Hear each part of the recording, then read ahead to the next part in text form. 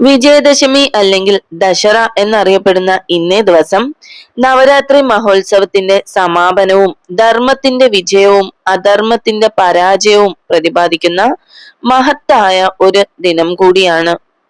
പുരാണങ്ങളിൽ പറയുന്നതുപോലെ അയോധ്യയിലെ ശ്രീരാമൻ തന്റെ ഭാര്യ സീതയെ രാവണന്റെ പിടിയിൽ നിന്ന് മോചിപ്പിക്കാൻ ലങ്കയിലേക്ക് നടത്തിയ മഹായുദ്ധത്തിൽ ദശമുഖനായ രാവണനെ പരാജയപ്പെടുത്തിയ ദിനമാണ് വിജയദശമി.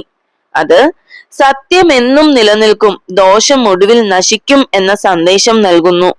ഇതിനൊപ്പം ദേവി ദുർഗ മഹിഷാസുരനുമായുള്ള 9 ദിവസത്തെ യുദ്ധത്തിനു ശേഷം മഹിഷാസുരനെ സംഹരിച്ച ദിനവും വിജയദശമി തന്നെയാണ്.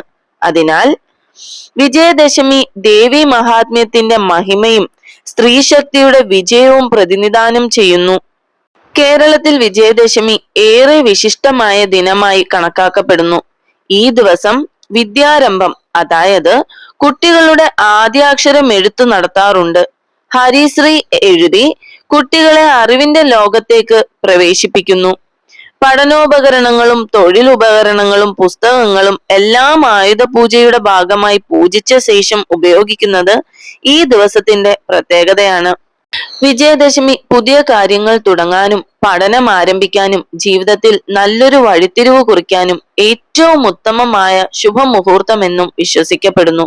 അതിനാൽ വിജയദശമി നമ്മെ പഠിപ്പിക്കുന്നത് സത്യവും ധർമ്മവും എന്നും വിജയിക്കും, കഠിനാധ്വാനവും ഭക്തിയും നമ്മെ വിജയം നേടിക്കും, ജീവിതത്തിൽ ഓരോ അവസരവും അറിവിന്റെ പ്രകാശത്തോടെ സ്വീകരിക്കണം എന്നാണ്. വിജയദശമിയുടെ ഈ സന്ദേശം നമ്മുടെ ജീവിതത്തിലും എന്നും പ്രചോദനമായി മാറട്ടെ. എല്ലാവർക്കും വിജയദശമി ആശംസകൾ.